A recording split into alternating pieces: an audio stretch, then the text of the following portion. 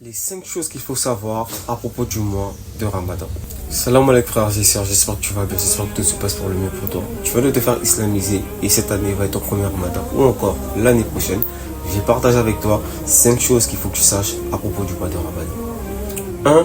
1. Le jeûne. Si tu veux jeûner, il faudrait que tu aies déjà l'intention la veille ou encore quelques heures avant Fajr, c'est-à-dire quelques heures avant la prière de l'aube. Il ne faudrait pas que tu te retrouves en plein milieu de la journée à te rendre compte que tiens, j'ai pas mangé de la journée donc ça veut dire que j'ai jeûné. Non.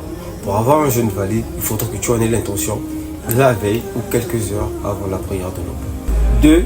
La prière. Tu te dois de faire tes 5 prières quotidiennes parce que la prière est le pilier principal de l'islam. Donc étant un bon musulman, étant une bonne musulmane, tu te dois de faire tes 5 prières quotidiennes sans oublier Tarawih qui est la prière du Ramadan.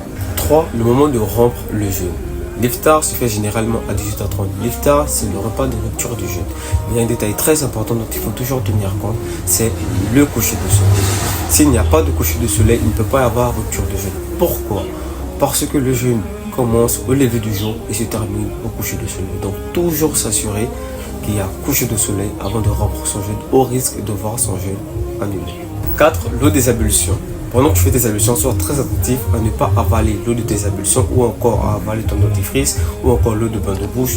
Donc pour t'éviter cela, si tu n'as pas envie de prendre de risques, je te conseille d'utiliser un petit bâton qui s'appelle le siwak, que pas mal de frères musulmans et pas mal de sœurs musulmanes utilisent, qui fait office de brosse à dents et de dentifrice. Comme ça t'évitera d'avaler de l'eau et au risque de rompre ton jeûne.